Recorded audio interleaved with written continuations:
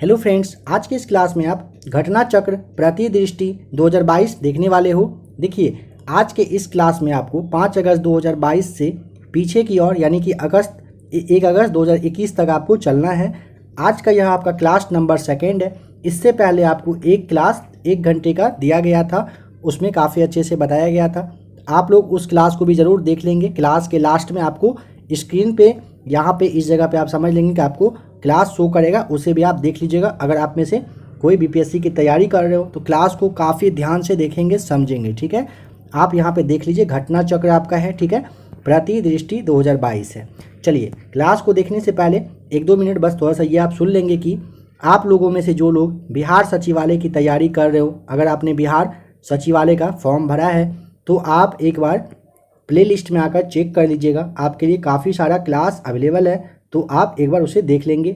और क्लास के साथ साथ टेलीग्राम ग्रुप में आपको जो भी क्लास है सचिवालय वगैरह का सारा कुछ का PDF भी दिया हुआ है, आप उसे भी देख सकते हैं। टेलीग्राम ग्रुप का लिंक आपको नीचे डिस्क्रिप्शन में दिया हुआ है, वहाँ से आप टेलीग्राम ग्रुप को ज्वाइन कर लेंगे। साथ ही साथ बिहार SI का 2 से 3 दिनों में आपके लिए क्लास आ रहा है। जैसे ही BPSC का टोटल 12 सीट है वो ख़त्म होते ही बिहार SI के लिए आपका क्लास कंटिन्यू आने वाला है। इंटर लेवल का जो बिहार सचिवालय का वैकेंसी आने वाला है उसके लिए भी आपको क्लास देखने को मिल जाएगा।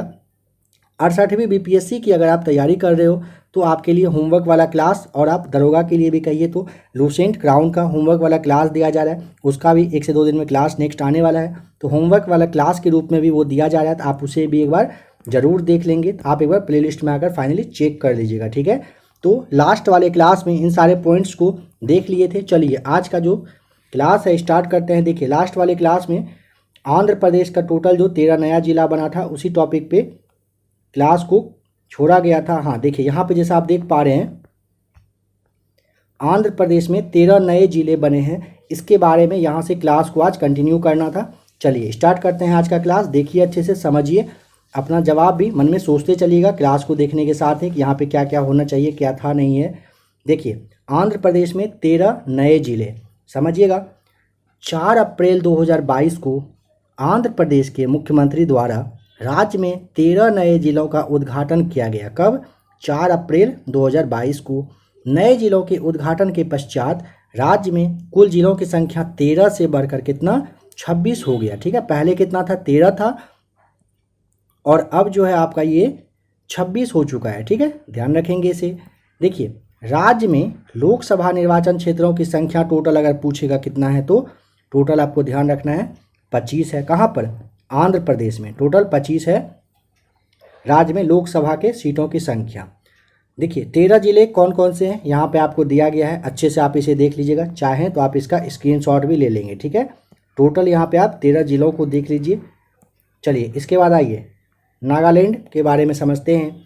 देश की पहली कागज रहित विधानसभा बनने का रिकॉर्ड अपने नाम किया है। काफ़ी बार यह भी आपको बताया जा चुका है, बिहार सचिवालय के सेट में तो खैर बहुत बार आ चुका है। देखिए, 19 मार्च 2022 को नागालैंड विधानसभा पूरी तरह से कागज रहित, जिसे आप पेपरलेस कहते हो, होने वाली भारत की पहली विधानसभा बन गई है। नागालैंड विधानसभा ने यह उपलब्धि राष्ट्रीय ई-विधान एप्लीकेशन सेवा होगा यहाँ पे सेवा को पूर्णतः लागू करके प्राप्त किया है। नागालैंड की 60 सदस्यीय विधानसभा में प्रत्येक टेबल पर एक टेबलेट जो होता है, यहाँ पे टेबलेट यहाँ पे होना था। ठीक है, टेबलेट या फिर आप ई बुक को कहिए कि इसे मतलब रखा गया है। अब इस प्रकार नागालैंड जो है ना, विधानसभा के सदस्य सदन की कार्यवाही में भाग लेने के लिए इलेक्ट्रॉनिक उपकरणों का उपयोग कर सकेगा। ठीक है, भारत सरकार के डिजिटल इंडिया मिशन के अंतर्गत राष्ट्रीय ई विधान एप्लीकेशन एक ई प्रशासन परियोजना है। देखिए, राष्ट्रीय ई विधान एप्लीकेशन डिजिटल विधानसभाओं को मूर्त रूप देने के लिए एक मिशन मोड कहिए कि परियोजना है। ठीक है, चलिए अब देखिए, जो आपका स्कॉच स्टेट है, Skoch state governance report card 2021 के बारे में समझ लेंगे। 10 मार्च 2022 को स्कॉच समूह के द्वारा स्कॉच गवर्नेंस रिपोर्ट कार्ड 2021 जारी किया गया। इस रिपोर्ट में राज्य, जिला तथा नगर निगम स्तर पर विभिन्न परियोजनाओं में प्रदर्शन के अनुसार राज्यों को रैंक दिया गया है। ठीक है, राज्य को 4 श्रेणी में, जिसमें आपका स्टार उसके स्टार आपका फिर दूसरा है परफॉर्मर, कैचिंग अप और अन्य राज्यों में विभाजित किया गया है। शीर्ष 5 रैंक प्राप्त करने वाले स्टार्स के रूप में वर्गीकृत उसे किया गया है। देखिए, आंध्र प्रदेश, पश्चिम बंगाल, ओडिशा, गुजरात और महाराष्ट्र वर्ष 2021 में स्टार रह चुके हैं। स्टार राज्य रहने का रिकॉर्ड आंध्र प्रदेश, पश्चिम बंगाल, ओडिशा, गुजरात और महाराष्ट्र 2021 में स्टार राज्य रहे हैं। ध्यान रखेंगे पांचों राज्य को। लगातार दूसरे वर्ष आंध्र प्रदेश को शीर्ष स्थान मिला है। किसको? आंध्र प्रदेश टॉप पर रहा है लगातार दूसरी बार, यानी 2022 में भी रहा है, 2022 ने 21 में। देखिए, तेलंगाना, उत्तर प्रदेश, मध्य प्रदेश, असम तथा हिमाचल प्रदेश को परफॉर्मर्स का दर्जा दिया गया है। वर्ष 2021 में उत्तर प्रदेश 7वें स्थान पर, वर्ष 2020 में ये आपका 6ठा स्थान पर था और 2021 में जो है ना 7वें स्थान पर रहा। कौन? उत्तर प्रदेश। कैचिंग अप श्रेणी 11 से 15 में रैंक में क्रमशः बिहार, हरियाणा, जम्मू कश्मीर, छत्तीसगढ़ और राजस्थान शामिल है। मतलब समझ गए, कैचिंग अप में 11वें नंबर पे कौन सा है? बिहार, 12वें पे हरियाणा, 13वें पे जम्मू कश्मीर, 14वें पे छत्तीसगढ़ और 15वें नंबर पर राजस्थान रहा है। स्कॉच समूह नई दिल्ली में स्थित भारत का एक अग्रणी थिंक टैंक है। ध्यान रखिएगा। 5 राज्य में विधानसभा हुआ था। आइए उसके बारे में अब देखते हैं थोड़ा डिटेल्स।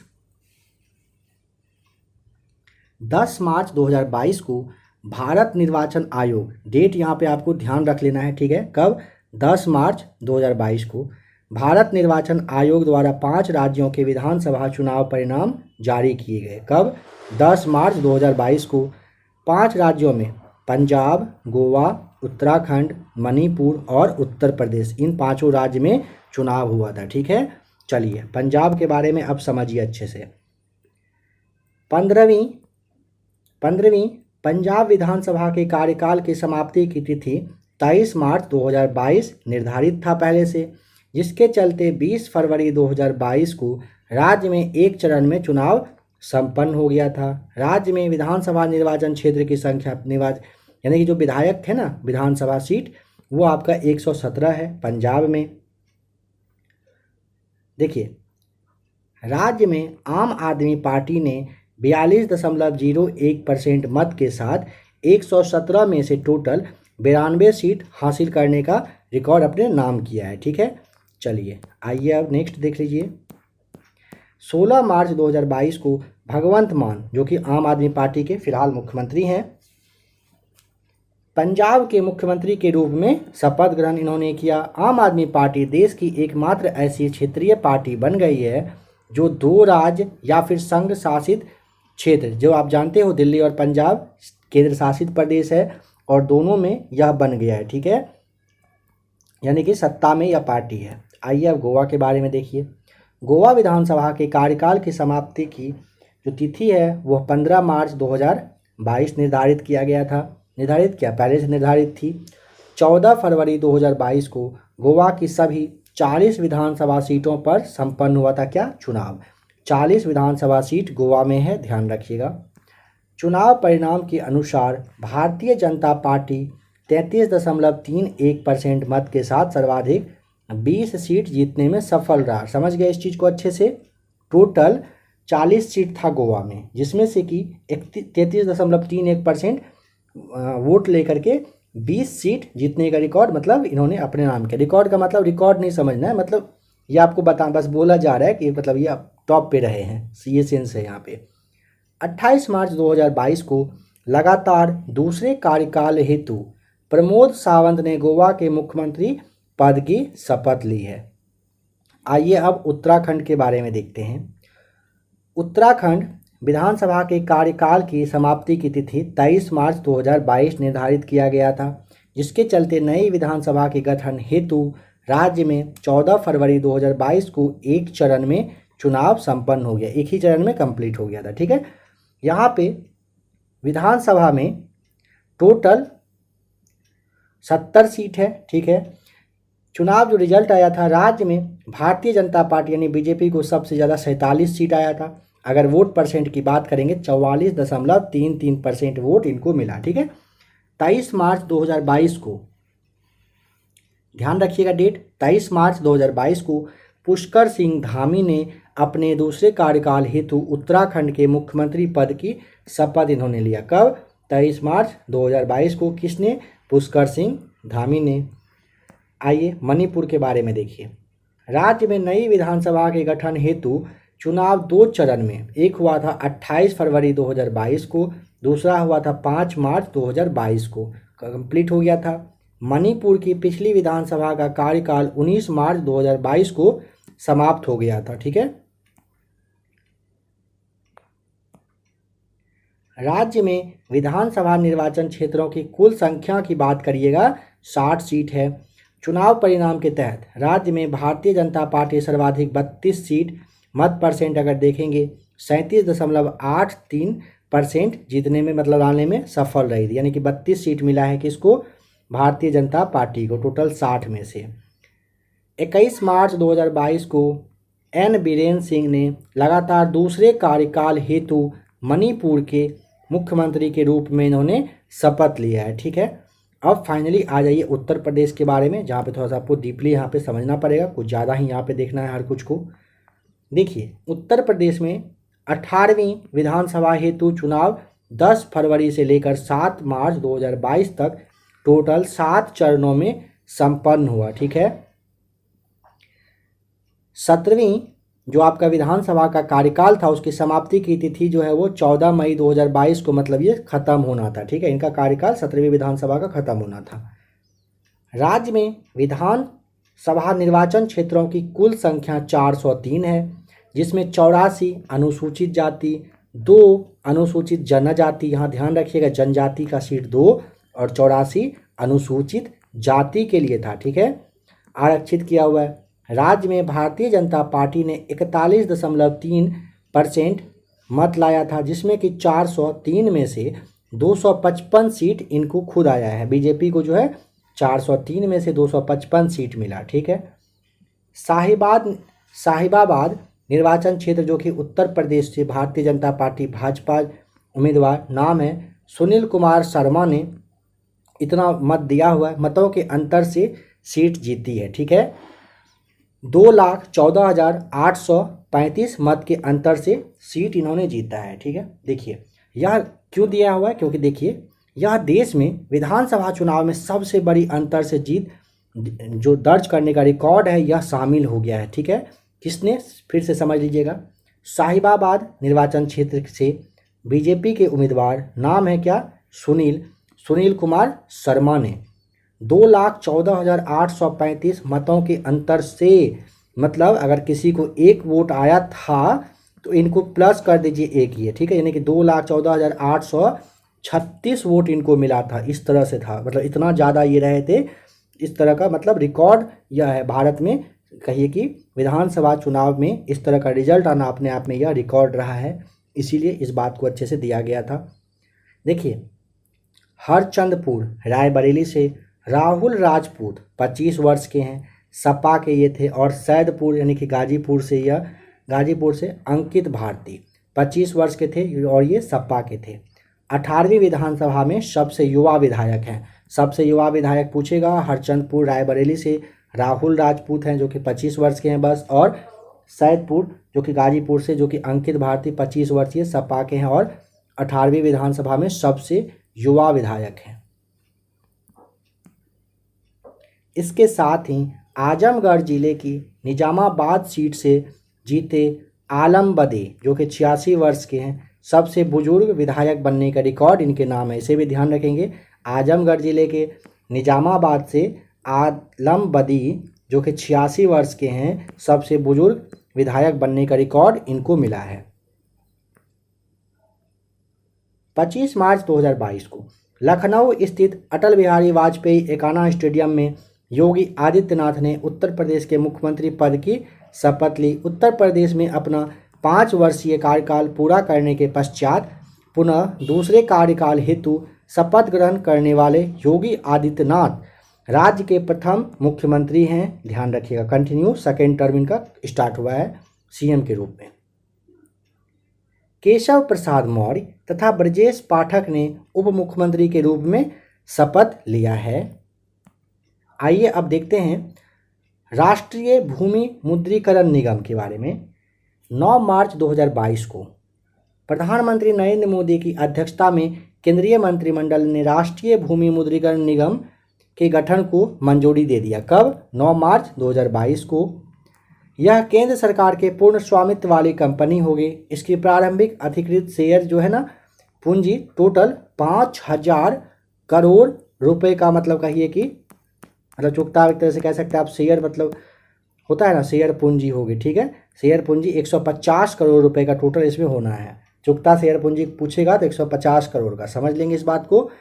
नेक्स्ट है NLMC, ठीक है, यानी कि आपका इसे जो आपका राष्ट्रीय भूमि मुद्रीकरण निगम है ना, इसी को आप NLMC के नाम से जानते हैं, ध्यान रखिएगा। मतलब नेशनल लैंड मोनेटाइजेशन कॉरपोरेशन होता है फुल फॉर्म, और हिंदी में आपका क्या हो जाएगा? राष्ट्रीय भूमि मुद्रीकरण निगम। तो इसी के बारे में समझेंगे अब। केंद्रीय सार्वजनिक क्षेत्र उद्यमों तथा अन्य सरकारी एजेंसियां के स्वामित्व वाली अतिरिक्त भूमि और भवनों का यह मुद्रीकरण करेगी। गैर प्रमुख परिसंपत्तियों के मुद्रीकरण के माध्यम से उपयोग में नहीं या आंशिक उपयोग वाली परिसंपत्तियों का मुद्रीकरण करके सरकार राजस्व प्राप्त करने का काम करेगी, राजस्व मिलेगा इनको। CPSE के पास बड़ी मात्रा में उपयोग में नहीं या आंशिक उपयोग वाली भूमि और परिसंपत्तियां जो यह मौजूद रहेगी। NLMC इन परिसंपत्तियों का मुद्रीकरण करेगा और इस प्रक्रिया का यह समर्थन भी करेगा। NLMC बंद हो चुके CPSE या ऐसे CPSE जो रणनीतिक विनिवेश की प्रक्रिया में है, इससे संबंधित परिसंपत्तियों का स्वामित्व या मतलब अधिकार जो है इनके पास मिले रहेगा, प्रबंधन करेगा और मुद्रीकरण करने का काम ये करेंगी। NLMC CPSES जो है, इसके अलावा अन्य सरकारी कंपनियों को परामर्श व समर्थन प्रदान करेगा ताकि वे अपनी गैर प्रमुख परिसंपत्तियों की दक्षता के साथ पहचान कर सके, उनका मुद्रीकरण कर सके और अधिकतम मूल्य प्राप्त कर सके। यहाँ पे आपको पता रखना है कि जब सरकार अपनी किसी संपत्ति का मुद्रीकरण करती है तो इसका अनिवार्य रूप से तात्पर्य है कि वह एक निर्दिष्ट अवधि के लिए एक निजी संस्थान को उस संपत्ति के राजस्व अधिकार को यह हस्तांतरित मतलब उनको दे रही है। गोवर्धन संयंत्र इंदौर के बारे में समझिए। 19 फरवरी 2022 को प्रधानमंत्री नरेंद्र मोदी ने इंदौर में गोवर्धन बायो जो CNG होता है संयंत्र, इसका उद्घाटन किया। जैविक कचरे से बायो CNG का उत्पादन करने वाला यह एशिया महाद्वीप का सबसे बड़ा संयंत्र है, ध्यान रखेंगे। यह संयंत्र स्वच्छ भारत मिशन शहरी जो कि 2.0 यानी कि सेकेंड टर्म का जो चल रहा है, इसके तहत कचरा मुक्त शहर के निर्माण के उद्देश्य के अनुरूप में है। यह संयंत्र सार्वजनिक निजी भागीदारी पर आधारित होगी क्या मतलब आधारित है, इसे समझेंगे। चलिए अब देखिए, यह जो परियोजना है, परियोजना को लागू करने हेतु एक विशेष परियोजना वाहन के रूप में Indore clean energy private limited को स्थापित किया गया है। यह संयंत्र प्रतिदिन 550 टन गीले जैविक कचरे को उपचारित करने में सक्षम है। इस संयंत्र के माध्यम से प्रतिदिन लगभग 17,000 किलोग्राम CNG और 100 टन जैविक खाद के उत्पादन की उम्मीद रखी गई है। यह संयंत्र शून्य लैंडफिल मॉडल पर आधारित है। इससे कोई अपशिष्ट उत्पन्न नहीं होगा। इसके साथ ही इससे कई पर्यावरणीय लाभ जैसे ग्रीन हाउस गैस उत्सर्जन में कमी आएगा। उर्वरक के रूप में जैविक खाद के साथ हरित ऊर्जा जो आपका प्रदान करने का भी मतलब प्रदान किया जाएगा, ठीक है। देखिए, ऊपरी मुद्रा परियोजना को राष्ट्रीय परियोजना का दर्जा दिया गया, समझिए। ऊपरी मुद्रा परियोजना कर्नाटक में कार्यान्वित हो रही एक प्रमुख लिफ्ट सिंचाई परियोजना है। कर्नाटक सरकार ने 16 फरवरी 2022 को घोषणा की कि केंद्र सरकार द्वारा इस परियोजना को राष्ट्रीय परियोजना का दर्जा प्रदान किया गया है, जिसके चलते इस परियोजना को केंद्र से लगभग 60% वित्तीय सहयोग मिलेगा, मतलब 60% पैसा का मदद मिलेगा। राष्ट्रीय दर्जा प्राप्त करने वाले यह कर्नाटक की पहली परियोजना बन गई है। इस परियोजना का मुख्य उद्देश्य चित्रदुर्ग, चिकमंगलूर, दावणगेरे और तुमकुरू के सूखाग्रस्त जिलों में खरीफ मौसम में अस्थायी सिंचाई सुविधा प्रदान करना रहेगा। ठीक है, इसके साथ ही सूखाग्रस्त जिलों में सूक्ष्म सिंचाई के द्वारा 2.25 लाख हेक्टेयर की सीमा तक सिंचाई करने की परियोजना है। इस परियोजना को 2 चरणों में पूर्ण किया जा रहा है। ठीक है, परियोजना का जो क्रियान्वयन है विश्वेश्वरैया जल नगर लिमिटेड के द्वारा किया जा रहा है। आइए अब इस्माइल योजना के बारे में देखते हैं। 12 फरवरी 2022 को, ध्यान रखेंगे, 12 फरवरी 2022 को नई दिल्ली में इस्माइल योजना को लॉन्च किया गया। इस योजना को सामाजिक न्याय एवं अधिकारिता मंत्रालय के द्वारा लॉन्च किया गया है। ठीक है, इस्माइल का पूरा नाम क्या होता है बताइए, तो अब ध्यान करिए अगर आ रहा होगा तो। इस्माइल का पूरा नाम देखिए, यहाँ पे देख लीजिए, इस्माइल आप यहाँ पे SMILE देख रहे हो। ठीक है, देखिए, आजीविका और उद्यम के लिए वंचित व्यक्तियों की सहायता होता है इसका फुल फॉर्म। ठीक है, यह एक केंद्रीय क्षेत्र की योजना है। इस योजना का उद्देश्य ट्रांसजेंडर समुदाय और भीख मांगने के कार्य में लगे जो लोग हैं उनको कल्याणकारी उपाय प्रदान करना है। इस योजना के अंतर्गत 2 उप योजनाएँ शामिल की गई है। कौन कौन सी, तो देखिए, पहला हो जाएगा ट्रांसजेंडर व्यक्तियों के कल्याण हेतु व्यापक पुनर्वास के लिए केंद्रीय क्षेत्र की योजना। दूसरा, भीख मांगने के कार्य में लगे हुए व्यक्तियों के व्यापक पुनर्वास के लिए केंद्रीय क्षेत्र की योजना। 2 तरह का योजना इसमें है। मंत्रालय ने इस योजना के लिए वर्ष 2021-22 में 2021-22 से 2025-26 तक की अवधि में हेतु 365 करोड़ रुपए आवंटित किए गए हैं टोटल। ठीक है, चलिए आइए अटल सुरंग जो कि विश्व की सबसे लंबी राजमार्ग सुरंग है, इसके बारे में देखते हैं।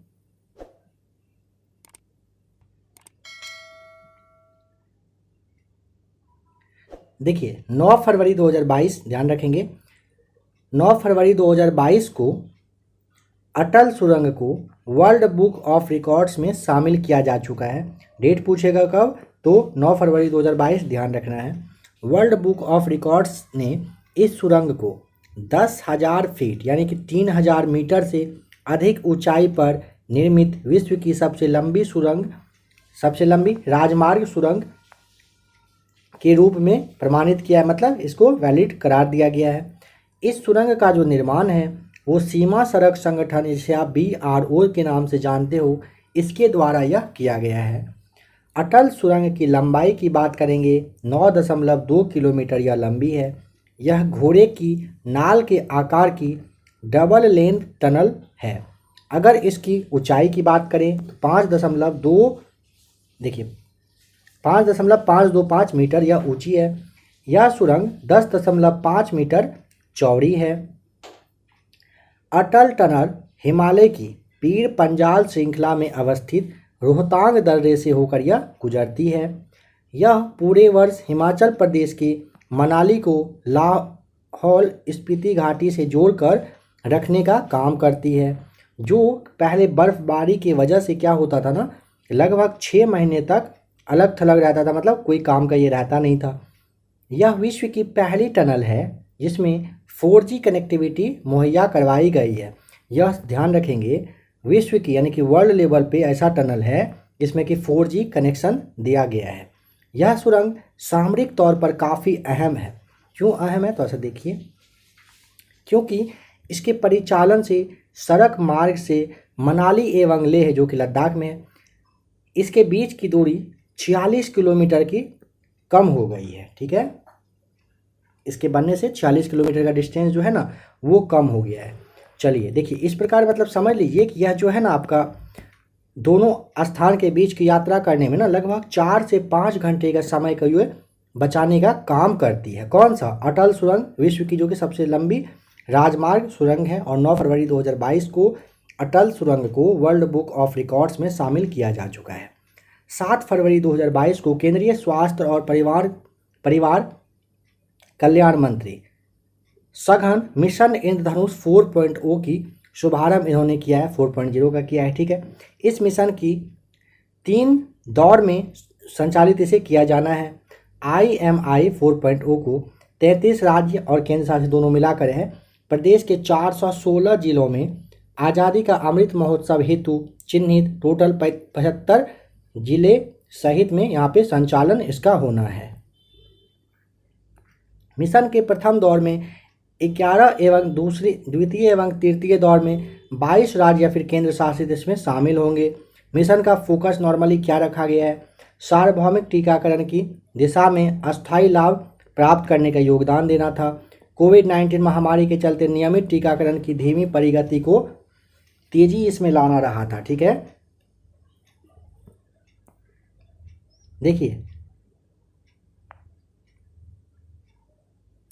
25 दिसंबर 2014 को भारत सरकार ने सभी बच्चों और गर्भवती महिलाओं को तीव्रता से संपूर्ण टीकाकरण कवरेज प्रदान करने एवं प्रतिरक्षण कार्यक्रम को मजबूत बनाने के लिए मिशन इंद्रधनुष की शुरुआत किया गया था, ठीक है।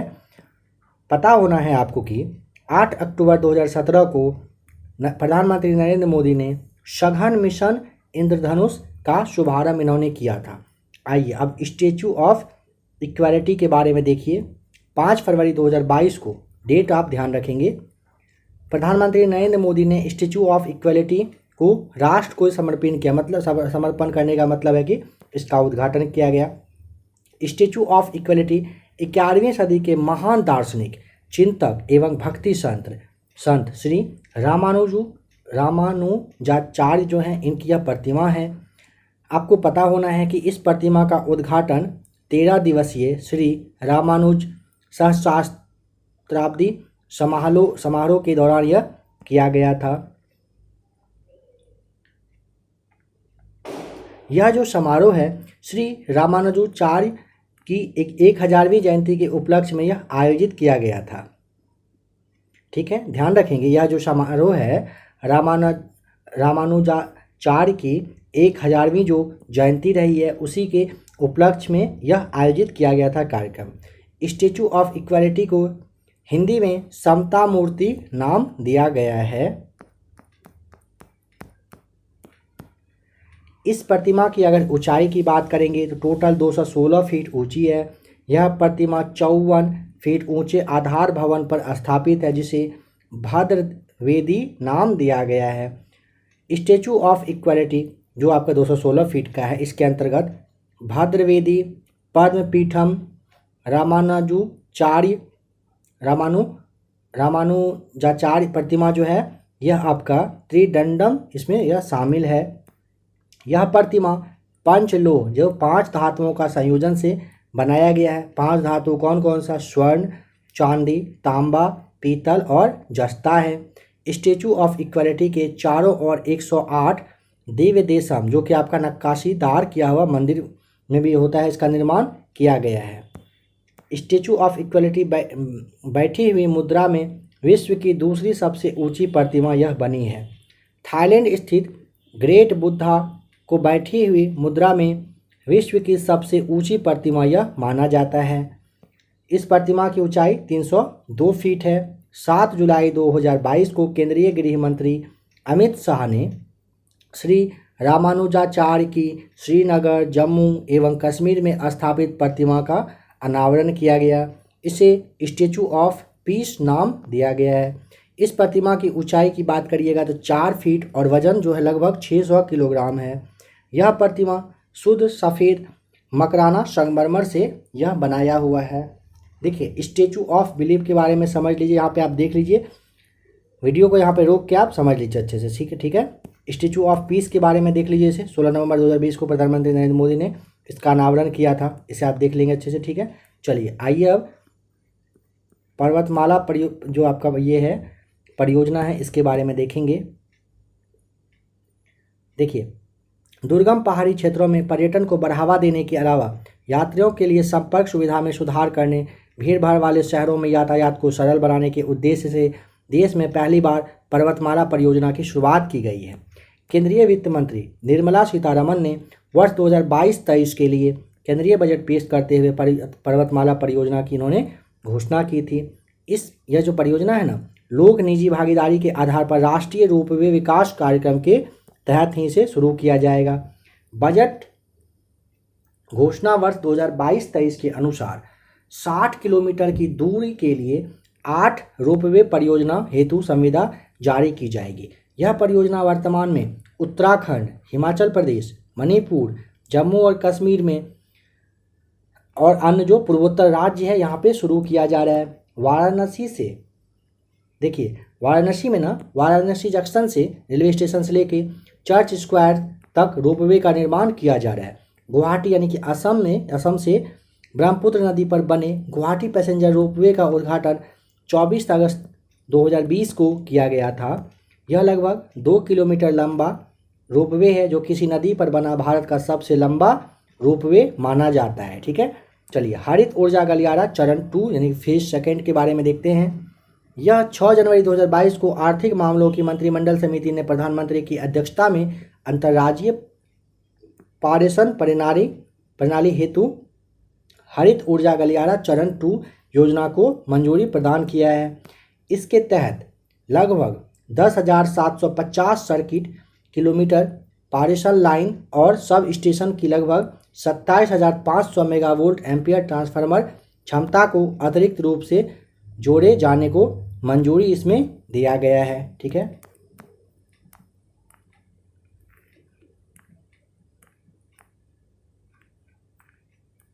देखिए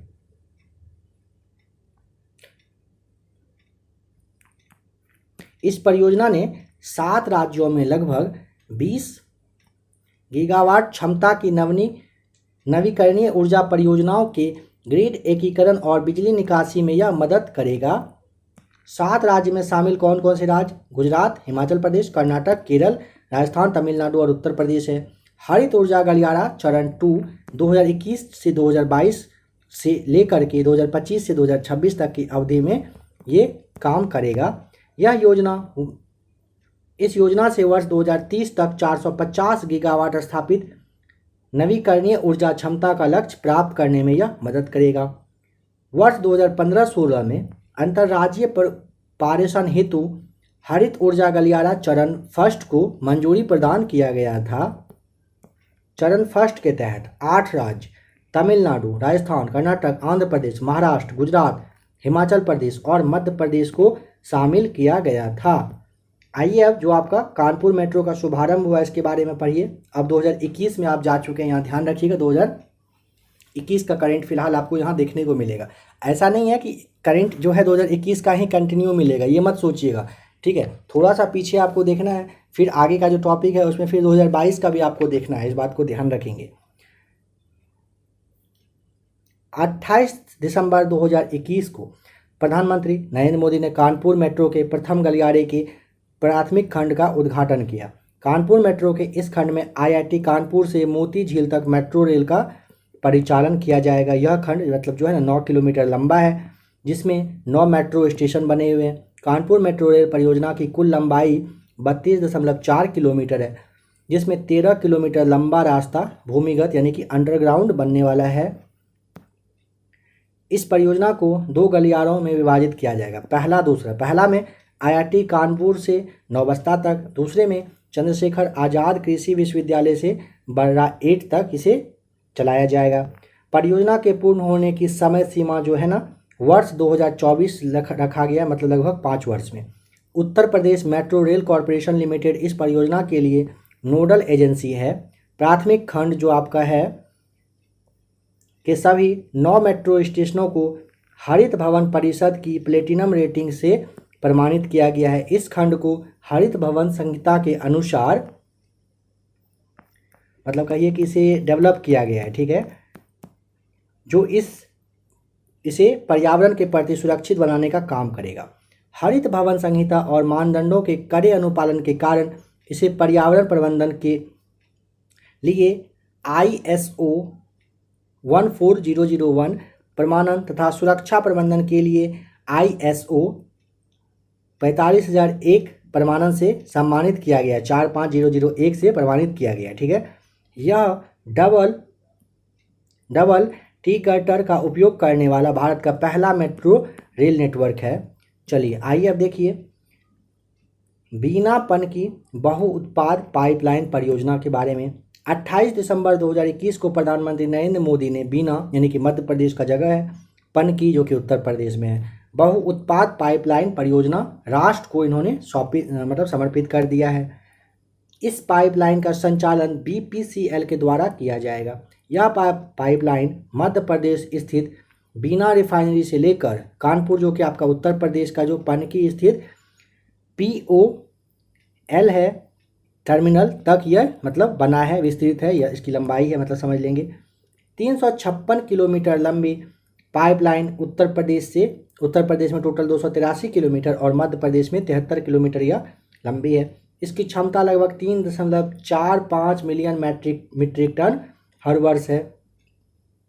इस पाइपलाइन का जो व्यास है वो आपका 18 इंच का है। यह परियोजना उत्तर प्रदेश के निम्नलिखित 5 जिलों को आच्छादित करेगी, 5 जिले से यह गुजरेगी। किससे? ललितपुर, झांसी, जालौन, कानपुर देहात और कानपुर नगर से। जबकि मध्य प्रदेश के 2 जिले यथा जैसे सागर एवं टीकमगढ़ इस परियोजना के तहत आच्छादित होंगे, इस यहाँ से गुजरने वाला है। इस पाइपलाइन के माध्यम से बीना रिफाइनरी से उत्पादकों की सुरक्षित एवं सुव्यवस्थित निकासी सुनिश्चित हो सकेगी। इस पाइपलाइन के माध्यम से बीना से पनकी तक उत्पादों की ढुलाई में कार्बन उत्सर्जन में लगभग 68% की कटौती होगी। नवाचार उपलब्धियों पर संस्थानों की अटल रैंकिंग 2021 को देखिए 29 दिसंबर 2021 को केंद्रीय शिक्षा मंत्रालय द्वारा नवाचार उपलब्धियों पर संस्थानों की अटल रैंकिंग जो है 2021 के परिणाम का घोषणा किया गया है। यह ARII का तृतीय यानी कि तीसरा नंबर का यह कहिए कि रैंकिंग है। पहला जो है ना ARII का पहला जो संस्करण है अप्रैल 2019 में, दूसरा संस्करण अगस्त 2020 में जारी किया गया था। ARII के संध्य संस्करण में गैर तकनीकी संस्थान जो है ना टेक्निकल इंस्टीट्यूट है, इसके लिए एक विशेष फ्रेमवर्क शुरू किया गया है। इस वर्ष ARII में टोटल 1438 संस्थान की भागीदारी रही, जो कि दूसरा जो संस्करण है जिसमें कि टोटल बस 674 संस्थान की तुलना में दोगुने से भी यह अधिक था। ठीक है, पहले जो था दूसरा संस्करण में 674 संस्थान ही बस भाग लिए थे, इस बार 1438 लिए थे। ARII 2021 में भागीदार संस्थानों को 2 प्रमुख श्रेणी में जिसमें तकनीकी एवं गैर तकनीकी में से बांटा गया है। ARII 2021 के अनुसार IIT मद्रास को लगातार तीसरे वर्ष भारत के सबसे नवाचारी शिक्षण संस्थान का दर्जा प्राप्त हुआ है। किसे? IIT मद्रास को मिला है। इसे CFTIS जिसे आप केंद्रीय वित्त पोषित तकनीक संस्थान कहते हैं, केंद्रीय विश्वविद्यालय, राष्ट्रीय महत्व के संस्थान तकनीकी वाला पे श्रेणी में रैंक प्रदान की गई है। यहाँ पे कौन कौन सा रैंक किसको किसको मिला है यह देख लीजिए। मद्रास को नंबर 1 जो कि तमिलनाडु राज्य में है, बॉम्बे को 2 महाराष्ट्र में है, भारतीय प्रौद्योगिकी IIT जो दिल्ली है इसको 3 नंबर पे मिला है, भारतीय जो IIT है कानपुर या 4 नंबर पर, और भारतीय जो आपका ये IIT जो रुड़की है इसे 5वें नंबर पे मिला है। ठीक है, राज्य विश्वविद्यालय में जो डीम्ड विश्वविद्यालय है इसके बारे में आप यहाँ पे अच्छे से देख लीजिए। ठीक है, चलिए नेक्स्ट यहाँ पे आपको दिखा दिया, जैसे देख लीजिए, वीडियो रोक करके आप इसे याद कर लेने का कोशिश करिए। राजकीय महाविद्यालय संस्थान के बारे में यहाँ पे देखिए टॉप 5 कौन कौन से राज्य रहे हैं, कौन कौन सा कॉलेज रहा है आपका। ठीक है, चलिए देखिए, कह रहा है कि विश्वविद्यालय एवं डीम्ड विश्वविद्यालय श्रेणी में शीर्ष स्थान Kalinga institute of industrial technology जो कि आपका खोरदा ओडिशा में है, इसे प्राप्त हुआ है। जबकि इसी श्रेणी में चितकारा विश्वविद्यालय पंजाब दूसरे नंबर पर रहा है। ठीक है, निजी संस्थान में यहाँ पे आप देख लीजिए कौन कौन सा कैसे है, इसे आप देख लीजिए थोड़ा ध्यान से। ठीक है, यहाँ पे वीडियो आपको रोक दिया जा रहा है, आप वीडियो को रोक करके यहाँ पे थोड़ा सा देख लेंगे।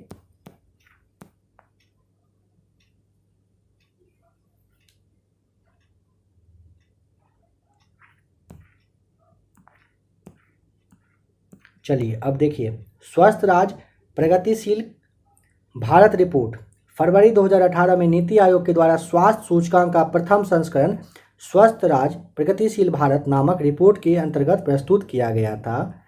27 दिसंबर 2021 को नीति आयोग द्वारा स्वस्थ राज्य प्रगतिशील भारत रिपोर्ट का चौथा नंबर का संस्करण जो है रिपोर्ट कार्ड जारी किया गया। यह रिपोर्ट विश्व बैंक के तकनीकी सहयोग तथा केंद्रीय स्वास्थ्य एवं परिवार कल्याण मंत्रालय भारत सरकार के परामर्श से नीति आयोग के द्वारा विकसित की गई है। इस रिपोर्ट में राज्यों एवं केंद्र शासित प्रदेशों को स्वास्थ्य परिणामों में उनके विद्यमान परिवर्तन तथा समग्र प्रदर्शन के आधार पर रैंक दिया गया है। इस रिपोर्ट हेतु आधार वर्ष 2018-19 और इसके संदर्भ में 2019-20 को रखा गया था, जो कि कोविड-19 से पूर्व की स्थिति को ये समाहित करता है। यह स्वास्थ्य सूचकांक 24 संकेतक पर आधारित है। टॉप 5 राज्य जो कि मतलब के दृष्टि से समग्र मतलब अच्छा प्रदर्शन करने की दृष्टि से कौन कौन से रहे हैं। टॉप पे है केरल, फिर तमिलनाडु, तेलंगाना, आंध्र प्रदेश, महाराष्ट्र। स्कोर आप यहाँ पे देख लीजिए। देखिए, वर्ष 2019-20 में समग्र प्रदर्शन की दृष्टि से बड़े राज्यों में अंतिम स्थान 19वां नंबर पे उत्तर प्रदेश को प्राप्त हुआ है, जबकि 31 स्कोर के साथ बिहार 18वें नंबर पर है। जबकि बड़े राज्यों में उत्तर प्रदेश, असम और तेलंगाना वार्षिक वृद्धिशील प्रदर्शन की दृष्टि से क्रमशः शीर्ष 3 राज्य रहे हैं। शीर्ष 5 छोटे राज्य कौन कौन से हैं ये देख लीजिए। 2019-20 का जो रैंक आया था उसमें आप मिजोरम टॉप पे और मेघालय सबसे लास्ट पे रहा था। केंद्र शासित प्रदेशों में 2019-20 में समग्र प्रदर्शन के आधार पर दमन एवं दीव तथा दादरा एवं नागर हवेली प्रथम स्थान पर है, जबकि अंडमान तथा निकोबार अंतिम 7वें नंबर पर है। चलिए नेक्स्ट जो है आपका हिमाचल प्रदेश की जल विद्युत परियोजनाएं, इसके बारे में जो है क्लास लास्ट मतलब इसका जो लास्ट अभी आपने यहाँ पे देख लिया, जो कि आपका स्वस्थ राज्य प्रगतिशील रिपोर्ट पे था। नेक्स्ट क्लास जो आपका आएगा इसमें आपको हिमाचल प्रदेश की जल विद्युत परियोजनाएं के बारे में बताया जाएगा।